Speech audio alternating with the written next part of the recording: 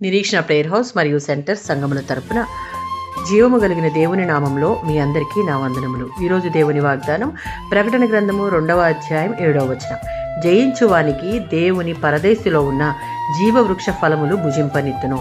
జయించేవాడు అంటే క్రీస్తులో విశ్వాసం మూలంగా దేవుని కృప వల్ల నూతన జన్మ పొంది పాపంపై సాతానుపై నిలకడైన విజయంలో కొనసాగేవాడు అని. జయించువానికి అనే మాటలు బహుశా నమ్మకస్తులైన విధేయులైన విశ్వాసులను సూచిస్తున్నాయి. జయించలేకపోవడం అంటే ఆధ్యాత్మిక బహుమానాలు కోల్పోవడమే, కానీ రక్షణను కోల్పోవడం కాదు.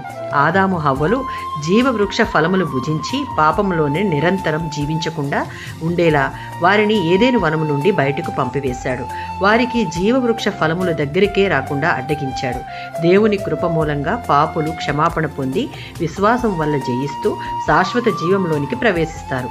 పాపం చేయడం వల్ల మానవుడు దేన్ని కోల్పోయాడో క్రీస్తు మూలంగా దాన్ని మళ్ళీ పొందగలడు, దానికంటే ఎక్కువే పొందగలడు.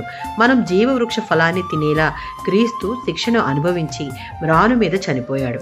ఈ జీవవృక్ష ఫలం క్రీస్తు మీద నమ్మకం ఉంచి విశ్వాసంతో అంతం వరకు సాగిపోయే వారి కోసం మాత్రమే ప్రత్యేకించబడింది. సామెతల గ్రంథం 11వ అధ్యాయం 30వ వచనం. నీతి న్యాయాలు గల దేవుని ప్రజలు చేసే ప్రయత్నాల మూలంగా అన్యజనులు కొందరు రక్షింపబడి దేవుని చెంతకు చేరి పాపముల నుండి విమోచింపబడి క్రీస్తుకు చెందిన బిడ్డలుగా మార్చబడి క్రీస్తు ద్వారా శాశ్వత జీవాన్ని పొందుతారు.